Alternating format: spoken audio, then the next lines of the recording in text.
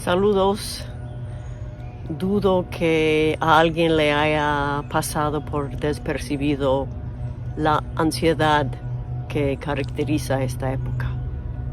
Y quisiera tomar esta oportunidad de intentar identificar sus causas y ver qué se puede hacer al respecto. Comprender por qué esta ansiedad generalizada que a veces se le atribuye a la pandemia, pero que tiene en realidad raíces mucho menos temporales y más típico de esta época que estamos viviendo.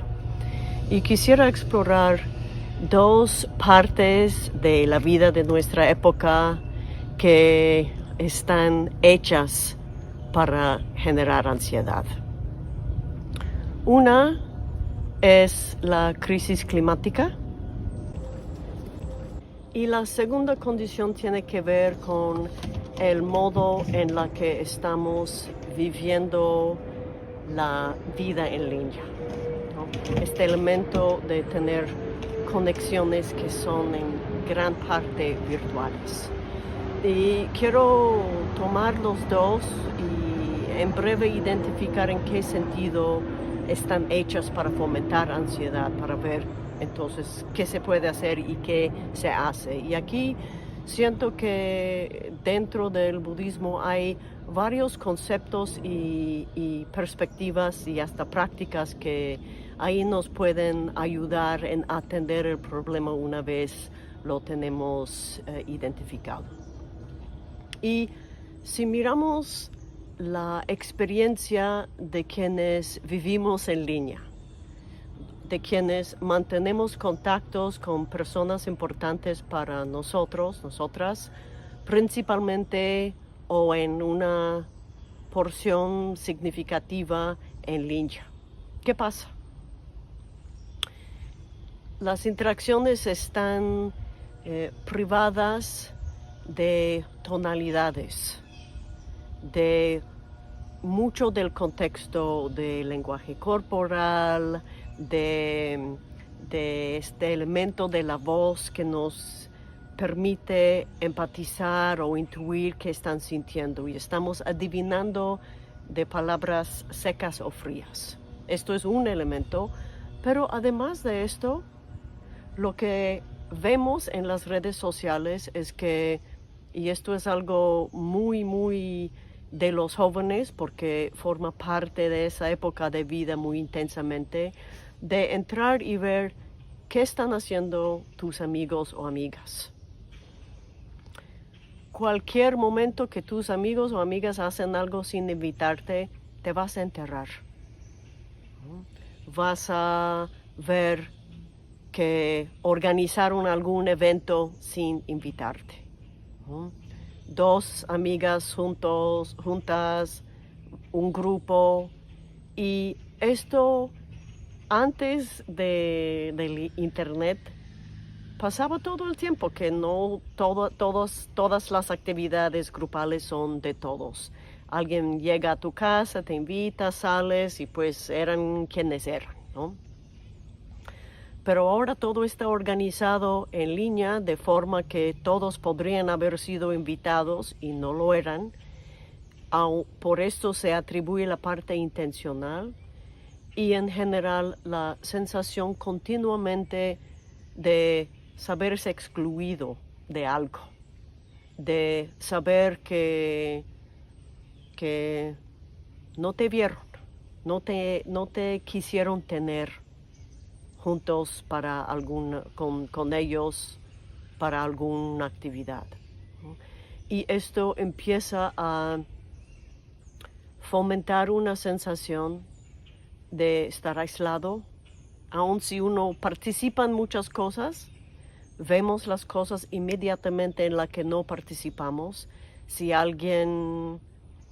Tengo una amiga que acaba de saber que su amiga de muchos años con quien hubo menos contacto últimamente se casó, sin informarle, ni mucho menos sin sin invitarle, ¿no?, a mi amiga. Y esto, quizás en otro momento, tú descubres este hecho en un contexto cuando te dice, pero tú lo ves inmediatamente y sabes exactamente quiénes estaban porque están las fotos en línea, ¿no? Y este elemento genera este espacio de aislamiento, de exclusión y por lo tanto de desconexión. Y esta sensación de estar desconectado y aislado nos hace muy vulnerable a ansiedad, ¿no? Y al mismo tiempo, el estar armando y viviendo las relaciones en línea implica que estamos construyendo imágenes de nosotros que queremos proyectar para otros. Estamos muy atentos a cómo nos ven, cómo queremos ser vistos, cuál es la imagen que otros están generando, cómo nos posicionamos frente a esto, y termina siendo un teatro. La vida pierde este elemento de ser real. Es un juego de disfraces, ¿no?, que se oye divertido, pero no para toda la vida, ¿no? Y hay un app que mi sobrina me estaba contando que se llama Sea Real. Y ahí toca un timbre o tú recibes una notificación en cierto momento, y la idea es que tomas una imagen de ti y una imagen de lo que se ve frente a ti, ¿no? Como, ¿qué estás haciendo en este momento?, ¿no?, que parece muy espontáneo, ¿no? Y ella tuvo que darse de baja de este app porque cada vez que veía que sus amigas estaban juntas o que están con una pareja en un momento que ella no tenía una, o que ellos estaban haciendo cosas mientras ella estaba sola en la casa, que se estaba generando una ansiedad al verlo. Otro factor de la vida en línea que es menos que ver con la forma en la que construimos las relaciones y su superficialidad a fin del día, es el acceso a las noticias. Y las noticias para los seres humanos principalmente son malas noticias, ¿no? No hay artículos que aparecen como en grandes letras y atraen la atención de fulana fue bondadosa con fulano, o algo le pasó bien a tal persona, sino catástrofes, violencia, todo lo que fomenta una sensación de estar viviendo en un mundo de amenazas, ¿no?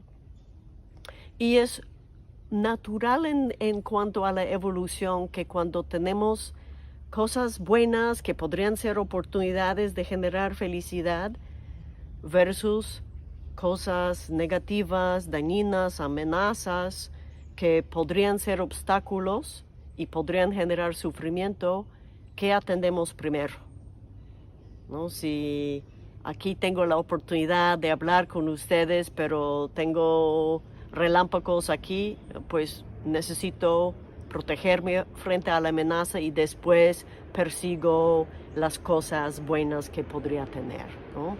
Evitar los graves peligros. Y en este modo, el enfoque va hacia lo negativo. Necesitamos atenderlo para tenerlo fuera, atenderlo primero para después ver lo que podría nutrirnos y generar algo de felicidad, ¿no? Esto es lo básico. Y los medios están hechos para informarnos de posibles desastres, peligros, cosas a saber. Y cuando hay tanta noticia, uno ve algo y uno puede leer y leer más y leer otra cosa y llenarnos. Y la ansiedad así funciona, que si sentimos ansiedad queremos identificar la amenaza, ¿cómo lo atiendo? Y vemos en línea esta amenaza, y como en el momento de identificar un enfoque para la ansiedad, ya, ok, yo puedo atender esto, puedo enfocarme en esto, no estoy bombardeada de todas direcciones y ponemos enfoque en un peligro.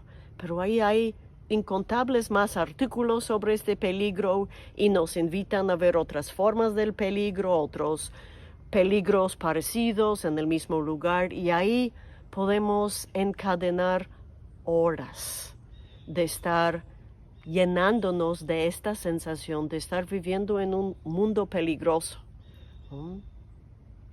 Y esta parte de tener relaciones virtuales que carecen de la intimidad, la conexión humana que buscamos, este ámbito de aislamiento y después rodeándonos de amenazas, esto más o menos hace inevitable que vamos a tener que ver qué hacemos con la ansiedad que esto genera. Y esto es parte de la vida, esto no es negable, es parte de la época que estamos viviendo. Esto es un factor.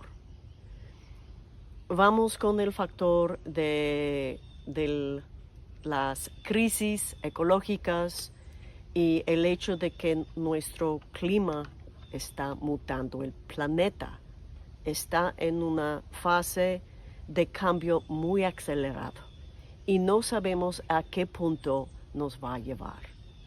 Y para los seres humanos, cierta proporción entre cosas que sentimos que no están cambiando mucho o están cambiando muy lento y cosas que están continuamente cambiando es un tema para ver qué tanto vamos a poder encontrar una zona de confort o estar dentro de el margen para no vivir continuamente traumatizados, asustados y angustiados, ¿no? Y cuando vivimos en este momento que tenemos donde no todo el mundo está reconociendo o está consciente de esta crisis y de los cambios que están sucediendo, mientras otras personas sí, y hay una diferencia aquí de generación donde los jóvenes tienen mucho más acceso a información, han crecido con esta conciencia vívida de los cambios que están sucediendo. No todos los jóvenes, no todos los lugares, pero está en el aire para una generación mucho más que otra. Y esto hace que hay brechas aún exacerbadas entre generaciones, que siempre hay, ¿no?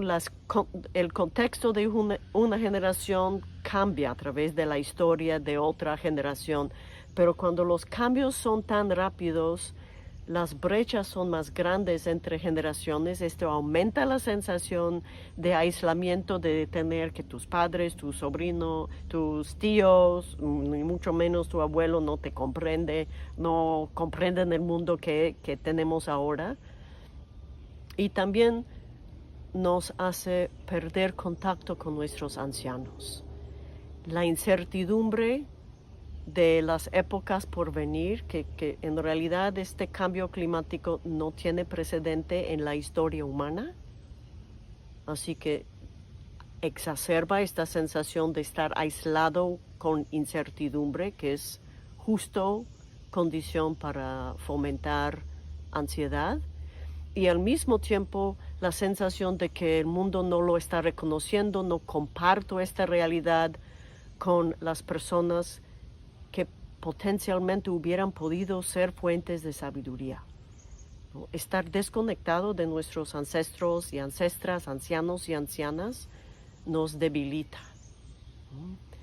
Mientras en realidad, si bien este conjunto de condiciones que es la crisis climática no tiene precedente en la historia de la historia de la humanidad, sí hemos afrontado crisis globales, hemos afrontado traumas y tenemos recursos colectivos a los cuales podríamos estar accediendo si no estábamos viviendo con esta sensación de estar desfasada entre las fuentes de estos recursos y los que estamos viviendo la crisis ahora, ¿no? Y es otra manera en que estamos desconectados del pasado, ¿no? Y no solo desconectados del pasado, sino quienes vivimos ahora y sobre todo la generación que está heredando la crisis ecológica que viene de las acciones de generaciones previas. Hay esta sensación de haber estado pasado una factura para algo que uno no disfrutó, uno no hizo. Y creo que esto para quienes tienen jóvenes en la familia que están procurando comprender o quienes son jóvenes, esto es un elemento de la situación existencial que tiene implicaciones en cuanto a la ansiedad. Y estar viviendo con este grado de cambio ha generado algo que se reconoce en la psicología como ecoansiedad.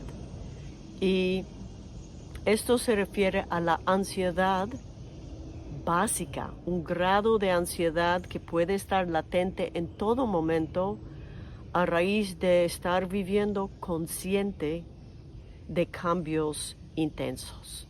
Y estar consciente es necesario para poder actuar de forma diferente, para hacer algo para que no se intensifique, no se acelere y se atiende y remedie lo que todavía se pueda.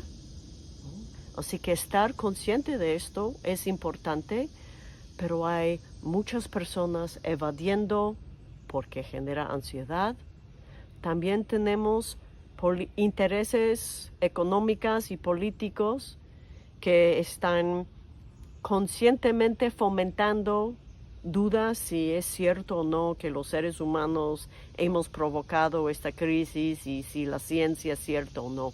De hecho, hay un hombre ahora que se ha hecho activista en cuanto a temas climáticos que antes trabajaba para alguna de estos grupos que reciben dinero de corporaciones para fomentar sus intereses dentro del gobierno. No sé, aquí se llama lobby, no sé si, perdón, no busqué esta palabra antes de hablar, pero gente fomentando intereses. Y este hombre trabajaba para un grupo fundado por las multinacionales que estaban con interés en la industria petrolera. Y él fue quien escribió que si la gente sabe que los científicos están de acuerdo, que hay un consenso básico, realmente van a querer tomar pasos. Necesitamos fomentar la idea de que no están de acuerdo, no todos piensan esto, que hay diferencias y esto da gran escape a quienes no quieren otro factor de ansiedad en su vida.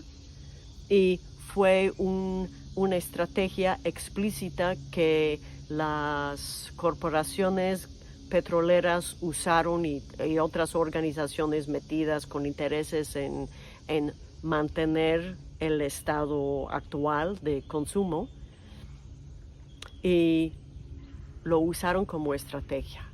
Y esto nos hace saber que en realidad estamos siendo manipulados, pero vivimos con otros que están siendo manipulados, ¿no?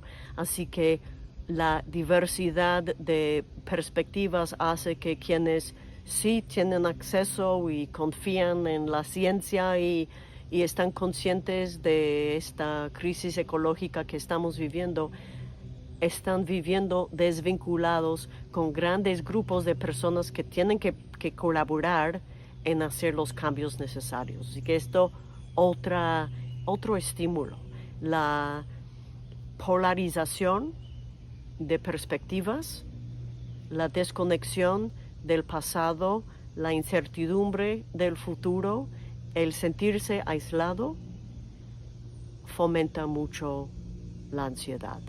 Y la cuestión de cómo vivir en un mundo que está cambiando, esto es muy lo suyo del budismo, de hablar de la impermanencia, de la transitoriedad, el hecho de que ya que todo está interconectado, si una cosa cambia, va a estar alterando o afectando o haciendo ajustes o cambios a todo lo demás.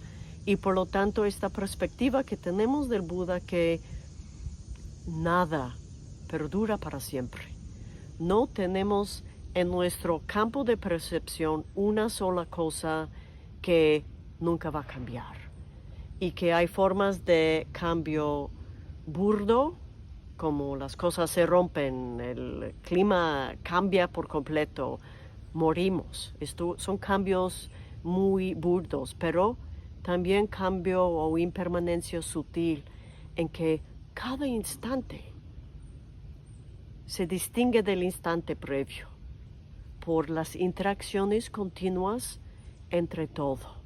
Un instante antes quizás hubo menos humo en el aire y está cambiando gradualmente, pero inexorablemente hacia algo que vamos a poder percibir. Y los seres humanos, cuando vemos cambios, muchas veces lo vivimos con miedo, que nosotros construimos una sensación de seguridad a través de sentir que las cosas son permanentes. Y aquí quisiera importar un poquito del budismo a un espacio colectivo de pensar cómo se construye seguridad. Porque cuando vivimos en un contexto grande, un ámbito o dentro de un campo seguro, los cambios se puede afrontar con mucho más flexibilidad, mucho más confianza y mucho más habilidad. Mientras si nos sentimos inseguros, un cambio va a estar recibido y estar provocando ansiedad. ¿Cómo se construye internamente o colectivamente una sensación de seguridad que nos permite acceder a los recursos que tenemos, ver cuáles son y responder de forma sabia, ecuánime y eficaz a la crisis? ¿Cómo lo hacemos? ¿Cómo construimos esa seguridad? Y en términos normales, describiendo cuáles son las estrategias comunes que los seres humanos tenemos para sentirnos seguros, uno que tenemos muy neurológicamente metido es de generar una sensación de estabilidad en nuestro entorno, en nuestras condiciones. Y ahí, desde la perspectiva budista, las cosas no son permanentes. La estabilidad no es que son permanentes, sino que parecen más o menos continuos o constantes. ¿Por qué parecen continuos cuando no son permanentes? Porque el cerebro, la mente, está detectando o identificando o construyendo patrones. ¿Qué hay entre estas dos situaciones que sigue? Ok, entonces esto sigue. Aquí yo tengo esto estable, esto está asentado. En realidad, estamos moviendo todo el tiempo de un lugar a otro, estamos intercambiando con el entorno todo el tiempo, hablando, estamos viviendo diferentes emociones, experiencias internas todo el tiempo, estamos hablando desde diferentes intenciones, motivaciones y actitudes que hace que otros responden a nosotros de otra forma y hay este flujo continuo. Pero nosotros tenemos esta estrategia de ver que, esto no cambia, esto, yo puedo contar con esto. y creamos rutinas en el día que nos generan una sensación de seguridad o estabilidad, que siempre hago esto y voy por esta ruta y tengo este ritual o esta rutina en la mañana que hago esto. Nos saludamos al inicio, nos despedimos al final, creamos o observamos patrones. Y esto en cuanto a la sobrevivencia, otra vez, es una buena estrategia porque ciertas cosas que están relativamente estables no necesito atenderlos, ahí están. Puedo dejar que pasen al fondo para poder enfocarme en las cosas que potencialmente son amenazas o oportunidades, ¿no? Y una vez pasamos esto al fondo, estamos recuperando recursos cerebrales para poner atención en lo que sí hemos decidido es importante. Y a través de este mecanismo, que es el cerebro individualmente y colectivamente generando o identificando patrones, el idioma es identificar patrones. Estos son nubes. No es como, pues los átomos y la humedad y el viento. No, estos son nubes. Tenemos este patrón detectado. Ya las nubes pueden estar en el fondo hasta el momento en que me interesa saber si puedo grabar una hora afuera o no, ¿no? Y esta habilidad de poner cosas al fondo, que es resultado de procesos cognitivos colectivos y personales, da cierta seguridad, es una estrategia para movernos en el mundo y es parte del motor de construir normatividades. ¿Qué es normal? Es lo que está en el fondo, es lo que se repite y en ese sentido parece estable. Con la crisis ambiental estamos viendo grandes cambios en el clima, ¿no? Las lluvias que son a veces parecen apocalípticas, que es lo que hemos estado viviendo aquí, la sequía, las tormentas, diferentes fenómenos que podemos identificar que no son normales. Tenemos este motor de convertirlos en normal para no prestarles más atención y poder pasar la atención a otra cosa, ¿no?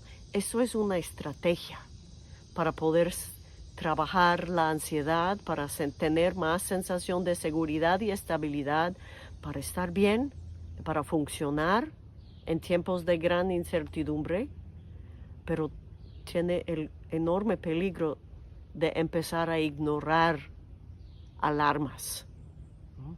Tal como una alarma que siempre suena, en cierto momento pasa a estar despercibido, ¿no?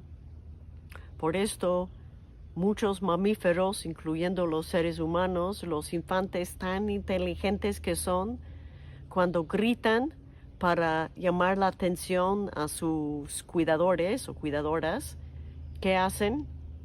No es que fácilmente se puede ignorar porque continúa, es estable y nosotros muy fácilmente lo filtramos y pasamos a ruido de fondo, sino los infantes hacen como varía el tono para que sea difícil de normalizar y por lo tanto ignorar, ¿no? Son modos en los que nosotros manejamos la identificación de amenazas o cosas a atender para mantenerlas en proporciones manejables para nosotros, ¿no? Y esta es una manera que es, según una perspectiva budista, una manera falsa de construir seguridad, aunque la necesitamos y nos sirve en muchos momentos, pero tiene realmente muchos problemas, ¿no? Incluyendo esto de normalizar cosas que realmente no debemos de estar aceptando como normal, ¿no? Pero todo esto es para decir que quienes estamos viviendo, reconociendo la incerteza del futuro, de las condiciones que afectan todo, que es en cierto sentido el fondo de todo lo que vivimos, que no debe de ser el fondo. Debemos de estar viendo aquí en el centro y viendo que somos parte, no son nosotros aquí los importantes y todos los demás especies y todo el planeta en el fondo, pero así hemos construido una estrategia para vivir. Y quienes no hacen esto porque ven el peligro y piensan que es muy loco estar ignorando una amenaza tan global y tan seria, entonces vivir con esta sensación de ecoansiedad va a ser algo que hay que atender. Y aquí quiero llegar a una segunda forma de construir seguridad. La primera, de construir o ver patrones que continúan, que nos pone en una posición relativamente pasiva frente a la realidad. Somos observadoras y observadores de la realidad, ¿no? Útil para navegar el mundo, sí. Problemático en cuanto a lo que oculta, nos hace ignorar también. Primera forma, ¿no? Y aquí, dado la impermanencia, es lo que en el budismo se identificaría como refugio falso. Otra forma de construir seguridad es a través de la conexión. Cuando hay amenaza, estar conectado con tu manada, con tu gente, con tus amistades, con tu familia, brinda una sensación de seguridad. Poder sentirnos conectados, que lo somos, pero toda la primera dinámica de la vida en línea que nos hace experimentarnos como desvinculados, nos impide acceso a la experiencia de estar conectados. Esta segunda forma de experimentar o construir seguridad es activa, nos hace partícipes, ¿no? Participantes en la realidad y no observadores, ¿no?, desvinculados o activos buscando identificar cosas, ¿no?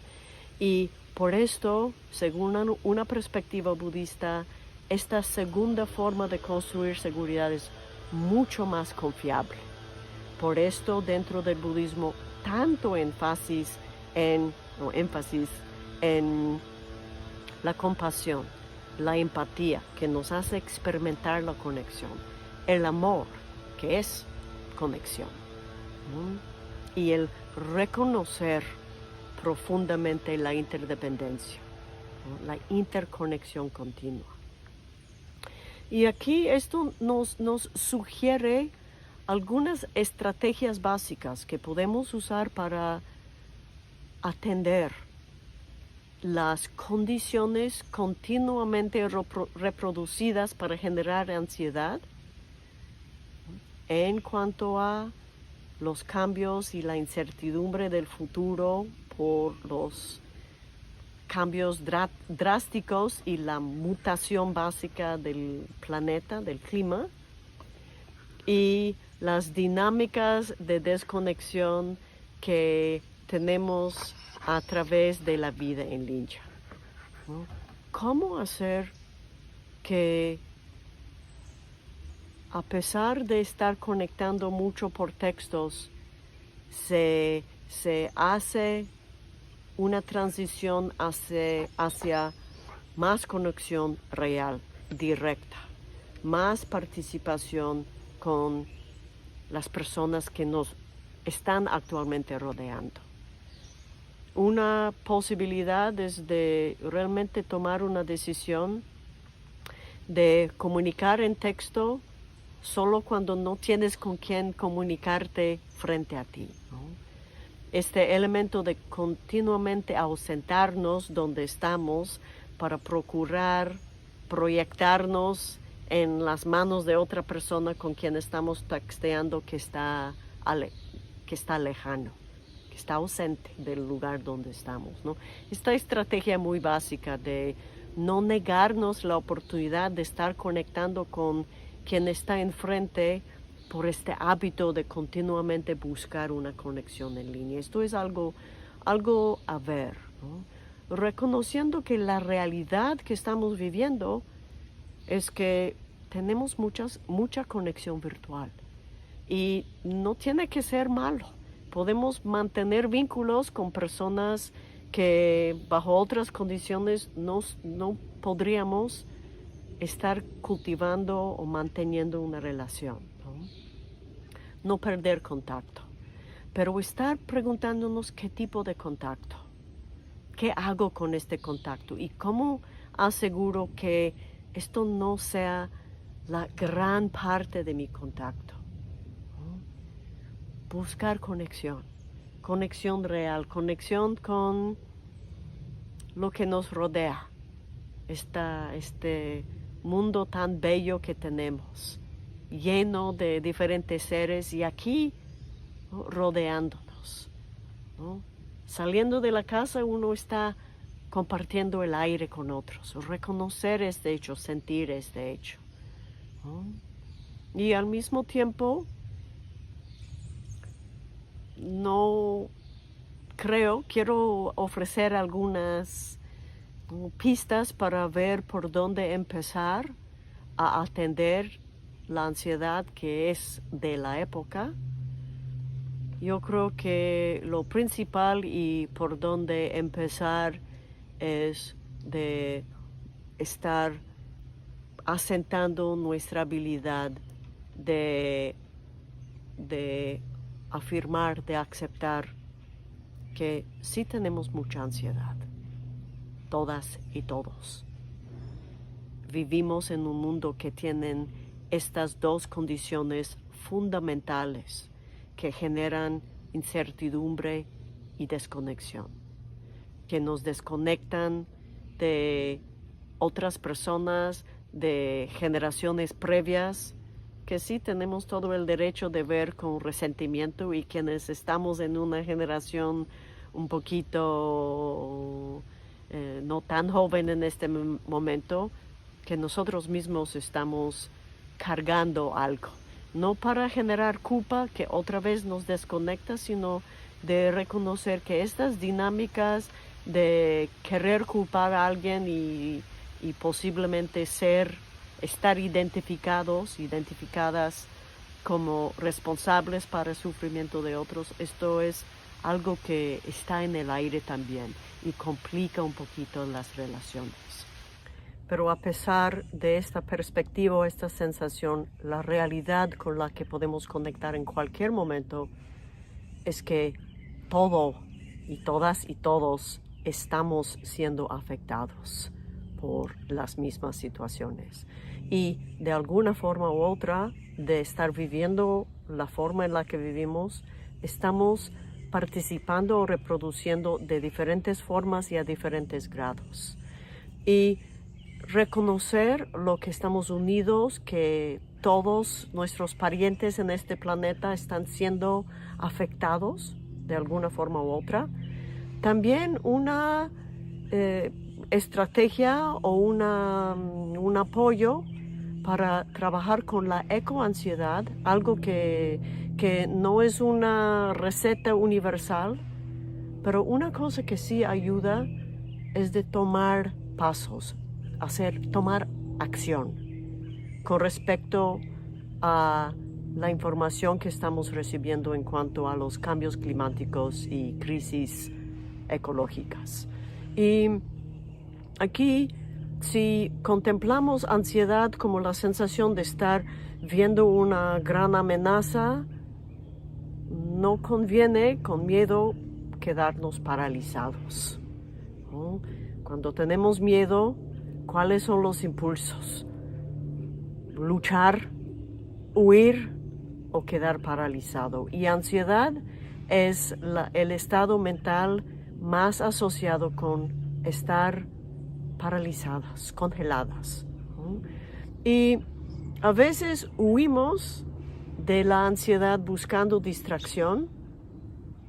Y cuando se recomienda tomar acción como antídoto a ansiedad, y no hablando de realmente hacer algo al respecto a la situación, pero cuando lo vemos como modo de aliviar ansiedad, entonces necesitamos cuidar un poquito que la motivación para tomar acción no es aliviar la ansiedad, porque si de ser así, una vez hemos cambiado de canal, de estar como con esta angustia, ya hicimos algo y ya se acaba el ímpetu para actuar, ¿no? Y esta acción no va a tener muchos resultados. Queremos motivar acción que perdure, que va a lo largo, porque esta situación es de largo alcance y largo plazo. Y por lo tanto, cuando se recomienda acción como antídoto a ansiedad, es más bien de no, si sientes una amenaza y hay algo y que se siente que no hay nada que se puede hacer o que uno puede hacer, entonces acción y sobre todo acción colectiva. De ahí se puede ver cuáles son los grupos haciendo algo en tu área e ir y sumarte a sus iniciativas, participar, y esto nos aporta el elemento de conexión que tanto ayuda en generar seguridad y trabajar ansiedad, y al mismo tiempo el hecho de estar actuando nos saca de esta sensación como pasiva de estar bajo asalto y nos cambia a yo estoy aportando, hay cosas que puedo hacer, no me siento tan impotente, ¿no? Y la impotencia más ansiedad, esto es algo que se va realmente en un bucle de retroalimentación difícil de quitar, pero al decir yo voy a hacer algo, no, yo sola no tengo que hacer todo, pero sí voy a tomar pasos, voy a sumarme a quienes están actuando a favor de estos cambios. Y esto de tomar acción cuando sentimos empatía para una situación, sentimos una compasión, hay como un paso necesario de seguir con empatía y intensificando la compasión, la motivación para actuar y luego actuar. Y así actuar nos saca de cierto parálisis de, ay, cuánto sufrimiento o cuánto peligro, sino, ok, otra vez retomamos fuerza, contactamos con nuestras habilidades, contactamos con nuestra agencia, contactamos con nuestro poder personal de responder y salimos de este modo de estar paralizado, ¿no? Como venado frente a los luces del coche. Así que conectar, ver desde dónde y cómo conectamos para tener relaciones más sustanciosas y reconocer que las relaciones superficiales y rápidas y descontextualizadas, ¿no? Eliminadas de todo lo físico, que es parte de lo que somos, no es un sustituto para la verdadera intimidad y sensación de conexión, que es lo que necesitamos. Y al mismo tiempo, cuando tenemos otros con ansiedad en nuestro entorno, conectar con ellos les hará bien a ellos, sobre todo si no estamos conectando desde la ansiedad, ¿no? Sino amor, ¿no? Sino un anhelo de cuidar, con cariño, con afecto, con una motivación de beneficiar, que es la compasión, ¿no? Y de ahí empezar a sumar fuerzas, vincularnos y desde ahí actuar.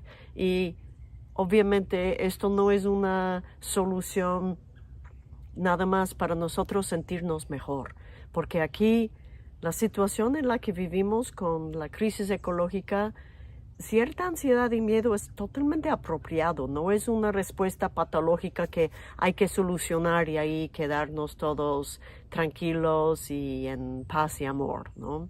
Sino de ver que, ok, sí, ¿no? Hay un peligro, una amenaza, pero no queremos que nuestra respuesta sea el tipo de respuesta que nos mantenga sin actuar, pasivos, ¿no? Sino de ver que si hay una situación peligrosa, hay una amenaza y se requiere acción. ¿Qué tipo de acción? Acción donde estamos sumándonos, estamos conectando, acción colectiva. Así que todas estas son perspectivas que podemos tomar en cuenta para ver que ansiedades de nuestra época, esto no es nada sorpresivo ni anormal, pero que sí hay cosas que podemos hacer y necesitamos hacer y vamos a hacer. Y con esto ya empezamos a hacer algo. Gracias por permitirme sumarme a sus vidas y vincularnos para hacer frente a las situaciones y así irnos sanando y protegiendo. Gracias.